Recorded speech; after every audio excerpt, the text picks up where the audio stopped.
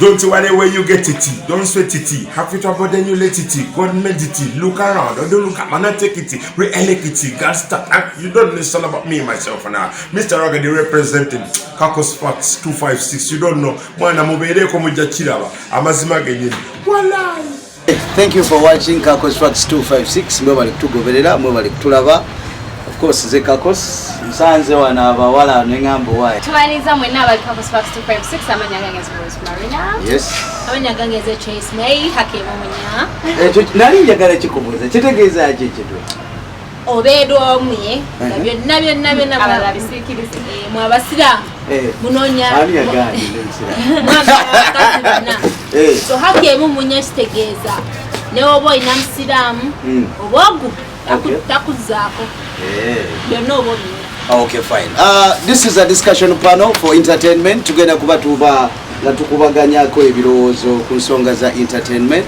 Twagala kusooka kusaasira abafiiriddwa.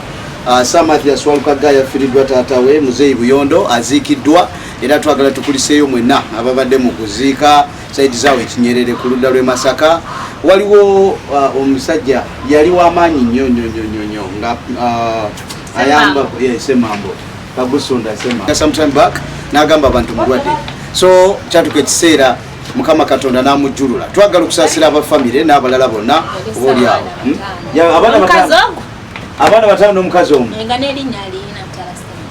olaba ekyokuyiga ekiri awo kiba kikulu nnyo naye twagala tomanya bayinza oluvaayo mpolampola manyi beesokolayo baye nga tebannamuzika ate nga tebannateekako musika we expect more people mowe nga abali mu kiwandiiko mulimu abaana 5 n'omukyalo naye mulaba ensonga y'aba promoters abo abatera okuyambangako abayimbi nga bategeka ebivulo ndowooza abayimbi balina okubayambangako oba omusajja yaliyo nga when you need a sponsorship ng'akuwa you know so ndowooza kiba ne time yakyo kati time yaliwo nga yaliko kubanga still sawa zino kiri different kiri different kuba kati Kenzo wafuna ekizibu ng'ekyo bangi abayinza omuddukira because akyali mu budde bwe naye final yaliko naye omuntu alaba ng'okuyamba oba okubeerawo ennyonnyonnyo ate ayinza obutakuddamu kukifuna amayinza obutaddamu kufunamu and so tulina okutwala time y'abantu sirowooza nti n'omuntu waba agenda oyamba omuntu it's necessary to say that I'm going to help this person Chemanyi tomanya wayinza obaya babadde nga bamuyambangako oba babadde nga kolagana nabo mu ngeri emu oba endala nenga they don't come out in the open agamba enga mu Uganda yeah they are very few batono abayamba ne basirika era nabo abasirise bavaayo eno people okay the problem we have in Uganda baserebu bafe bategera kibayita kamera Newa sanza akana kukubo n'akayamba ajamenga journalist akuba ebifaananyi atekinga ka video ate gitebatamula ne bapikira abamu baagala kuba mentioning if you don't mention me sigenda kuvaayo kuyamba okay nsoka kugamba nti mama Fiina era naye n'oba n'ekizibu n'otayogera nti mama Fiina nkuba omulanga nedde ekyo kigenda ne ku kino nti some people come out to help after seeing people like tavayo kati nogamba nti osanze omuntu somewhere n'omuyamba era ajja kujja ayamba omuntu goboolese nogamba nti ono omuwala yeetaaga obuyambi mulwadde bwati that's when she will come out agambe nti ayambe just olwokuba kuliko kamera egenda followinga naye ndowooza nze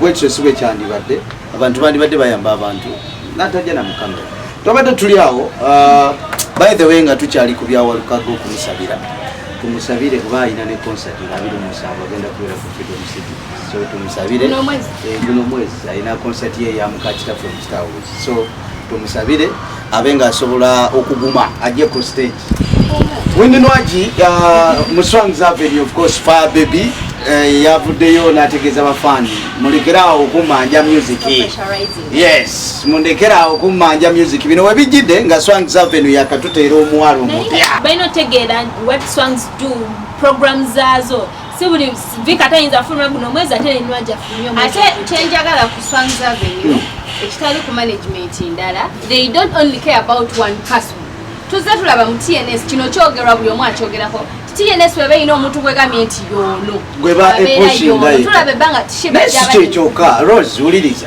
waliwo ebibiina bomba nga muri mu group live alone record rebel eba ngabola bampaka record rebel ngabola baswangiza likodrebo gagamel nayo likodrebo bomba nga mulina muyimbi gagamel mulimu yeye nyeni ne papa dadi waliwo ne bali abawala bakatemebe yali alesaawo naga agenda bapushinga mu covid mukyajjukira awo n'amala n'adduka senga bebe yaddamu n'ayita ntale kubanga bannange entale bansula bata nzira ani akola sente ani atambula kino ekintu kirabibwa nayo katulabe ebbanga shiba lyamaze mu TNS shiba mu TNS ebbanga lyabadde mu mulimu Diamond mubaddemu is it Calvin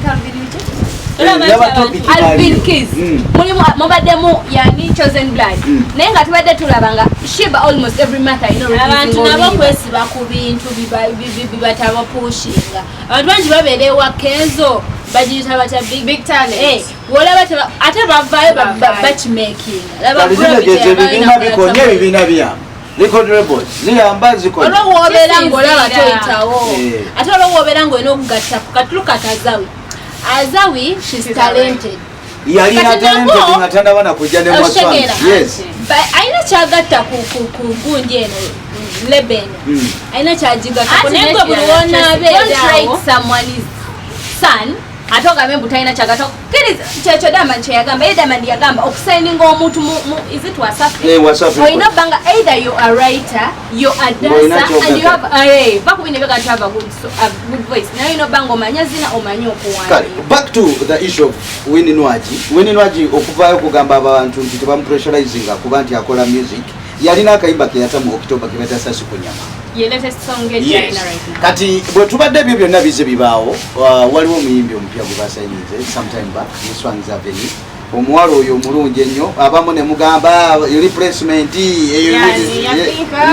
ya Nwagi end-time contract ya Nwagi singa ebeggwako bayinza obutaddamu musayininga kubanga atala ati NS tugamba bapushinga nga nnyo Shiba naye kati ne mugundi mu Swangs eringa eyaba female kubanga free boy je abulira netwamanyayo wati ndowooza bamugezaako ne bigaana okukola babigezaako ne bamukolerawo ennyimba ne zigaana okukola ennyimbi omusajja ali mu Swangs wali owuliddeko mu Swangs waliyo viboyo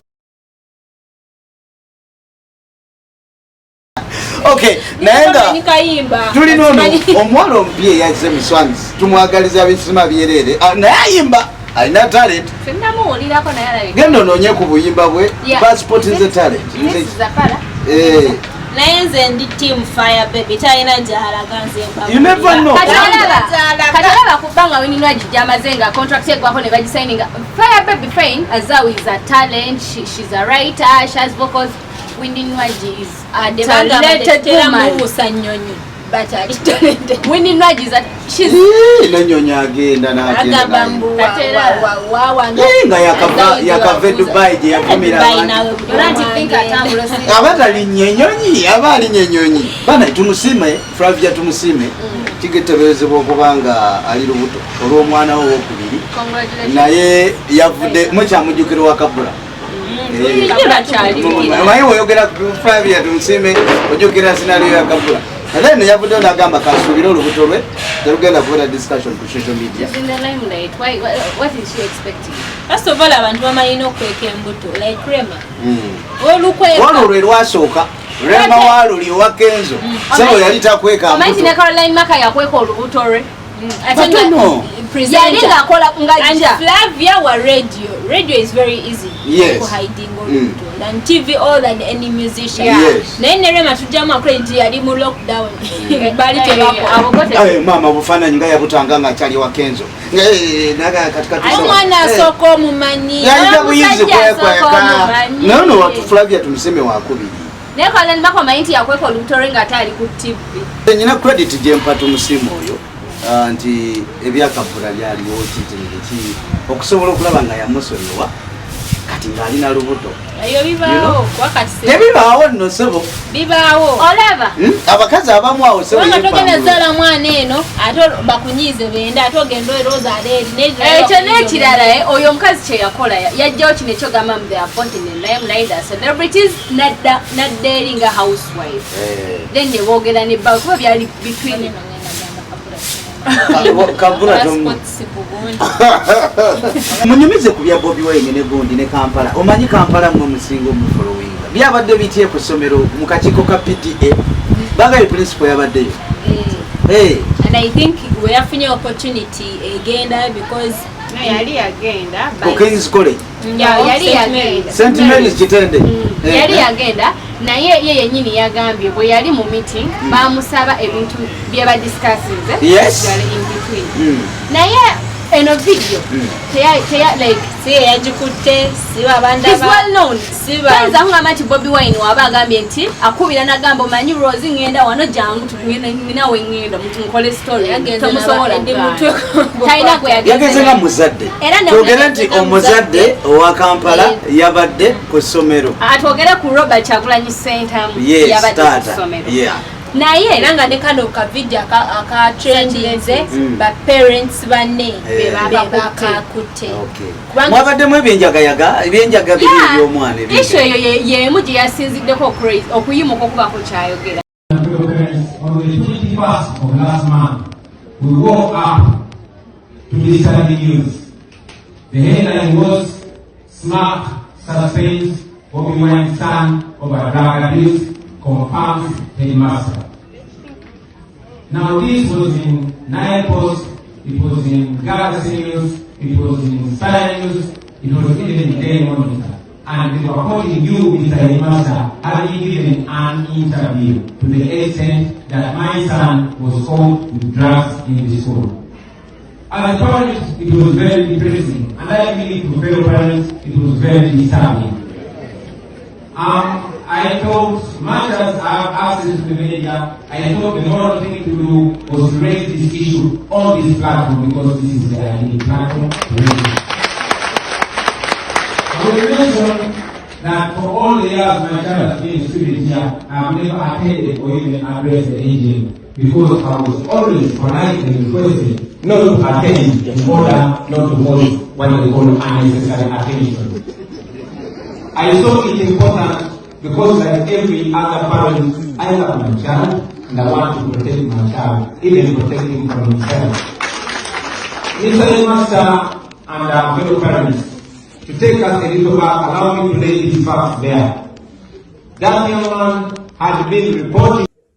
man had been reporting to me a pattern of segregation and targeting on him. As we all parents know, sometimes children lie. So I did not give the young man attention. We raised our children to be leaders. And so my young man always hoped to stand for an elective position in his school. But this one day when he came back home crying for the holiday and told me that he could not run for a prefectorial post in his school because the headmaster had blocked him for running for an election, it was disturbing. Now, when all this issue came up, I had spoken to my son somehow and informed me that as the pattern has been going on, this time he had been set up and drugs had been put in his unlocked suitcase and under his bed. I did not believe it at first. Not that I believe it now, but because I want answers and I believe all other parents I want answers. So I was summoned for a meeting with the headmaster and a team from the school. We sat. I took this opportunity to raise all these matters to you, Mr. Headmaster. Of course, I requested that this between you remains in the headmaster's office. I'm only raising this because it was apparently brought to the media by the headmaster.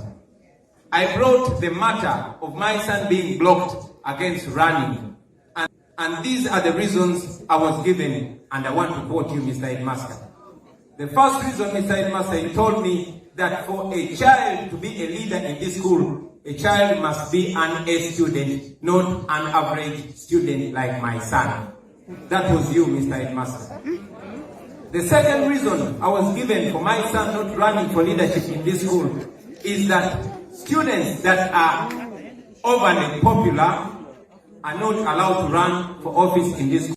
Number two, if a young man can be hounded and taunted by a headmaster because there are reports of constant taunting from the headmaster on assembly, in chapel, and personally, and a few teachers and parents can attest to that. I will also mention that some teachers were apparently expelled for being close to that young man. I am informed that my son is psychologically tortured because many of the teachers fear to be seen near him for fear of the wrath of the headmaster. So, my question is, headmaster and fellow parents, is where is a parent supposed to raise these matters?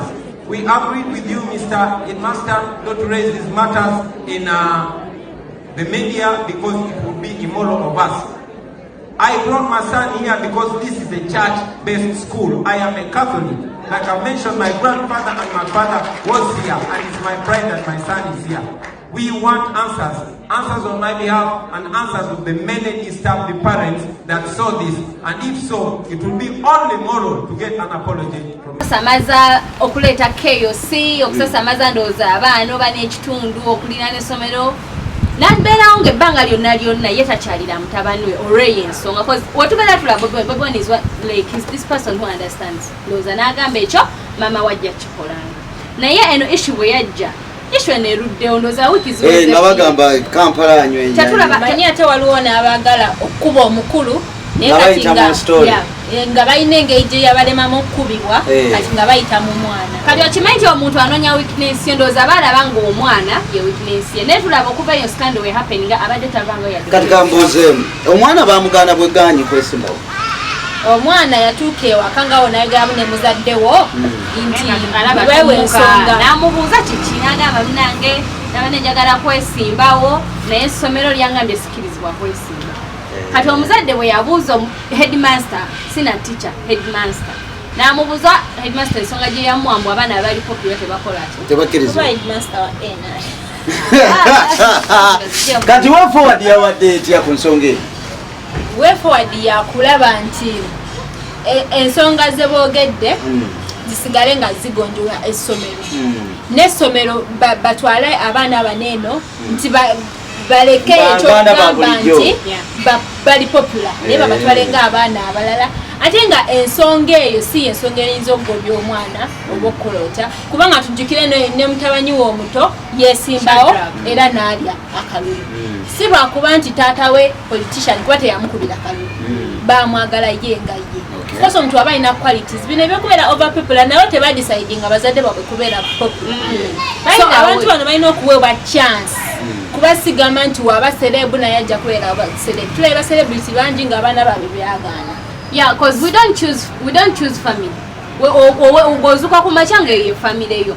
Kati ye Bobi Wine nze ndaba emphasis yagitadde ku kyokuba nti balekera ku discriminating abaana nti olw'okuba ng'ono omwana taata we ali mu politics taata we ali ku opposition side cause kuba teyakigetinze into details n'ekiraga nti eno yali just frame omwana we kuba tulaba okuva wekya happeninga Babi teyakyogerako Bobi teyakyogerako kubanga kizibu nnyo okwogera ku mwana omwana nga ekimanyi abazadde omuntu n'asirika ng'omwogeredde ku mwana. Okay. So ne Isma yavaayo bangi bavaayo ne bazimbira ku neeno nate Isma naye ayogera ku kyenjaga ate naye mu kavidiyo ali ku njaga akolaki anoosa so nga tolaba reason ye ayagala kukuba bukubi nti olw'okuba omuntu wona amukuba ojafuna views eziri awo ezingi abaana bano baleke babawe chance nabo bayite mu bulamu obwabwe tubaleke bakulenga abaana babuilding career yaabwe. Okay, fine. Nga tugenda okusibula tusubirayo bu video bukinakuka oba olyawo tusubirayo ku video oba obuseegu simu eyashira gashumba yabulira mu bala tomanya tuyinza okufunayo kuli kimanyaawo nga akola emirimu oba si kyo tusobola okufunayo ku kwani ono God's plan ko video kadde sobola okatereka munange nomanya x engeri gye yali atanga mu ekintu kenzo yayitayo naye tukulistike wamulaba ne kasuku kiri wano naye nga njagala obasibula nzize okuba nnyo sister akubye nnyo badde Trace ne Rose gatunyumyamu mu kibozibozi ku trending stories ezigenda maaso n'okubanga zitambula bayimbi bangi video zijja Waikibenda video yegenda kujiyo olwa abeyo ande yakali bavaayo ne bakola ekiwandiiko ekyali official okuva mu mpaka records era nga bagamba ensonga zonna zinaba zituukawo ku Drekali bajja babazongera kyali official kuva mu mpaka records yavaayo ku Twitter ye n'agamba official statement regarding Drekali n'agamba we have seen last week biki byonna n'abyogera n'agamba tebalina obuzibu bo wakati we ne management but for any cases any more information. Okay. As we talk now, Mpaka Records, oluyimba luli mu kupushinga lwa Waikibenda baliyita abeeyo. So video nalabyenga bagenda kuba bali mugikolako in time from now agenda kubeera release. Omulangira Daus yakwatiddwa n'asula mukomera.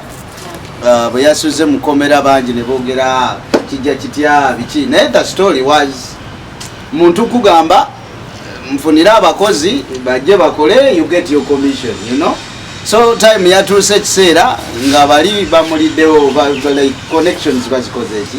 If you hear the audios zeba playing zeyalinga bakola ki zeyalinga balaga nti bagenda omuntu omuyayi tasobola kugamba nti lero lwakumeka nagamba mu luvannyuma lw'ennaku 2 omuntu omuyayi agenda kuwa period nga mpanvuko naye yabagamba nga kusatade mugenda tugambe nga bamugambye nga lwakubiri oba lwakusatu nga bagamba kusatade mugenda yalaga ndowooza bane bali kye bamugambanga naye kye yabagamba anti wadde abantu bamuyita nti yabalimba naye waggulu wa Ndawusi wabaddeyo omufere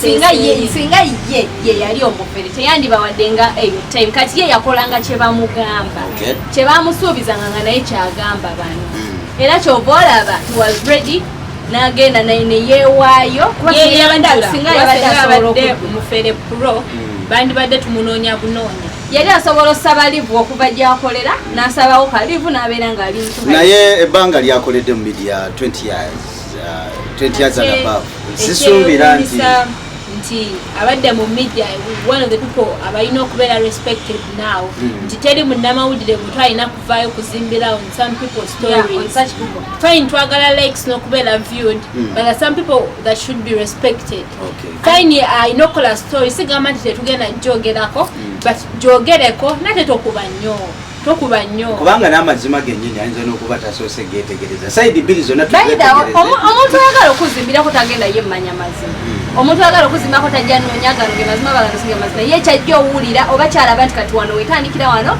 ngenda mukolerako erinnya Endawusi tosobola kwogera ku media personalities notayogera ku naye nze kyenyinza okwongera ku nsonga eyo ffe abakola mu media oba oli awo tubeere very serious n'okwongera okwegendereza bantu kyabo betusembeza betwagala batukozese oba tukole nabo mujjukira saga ya Momo 19 yali atwala abaana bebweru sigamba nti Momo 19 oyo ye yali amanyi all the process kitegeeza waliwo abaali bamuli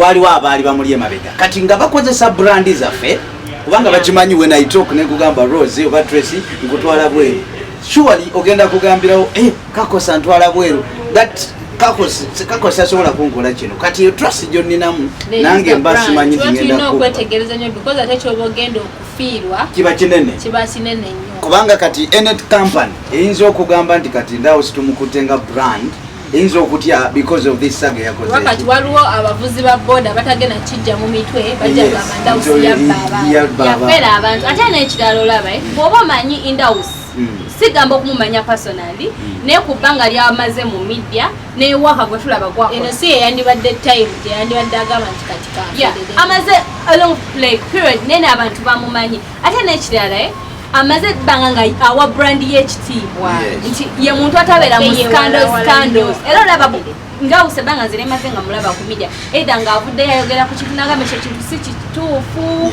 ate nga naye olaba interview si ye muntu abeera nnyo mu mawulire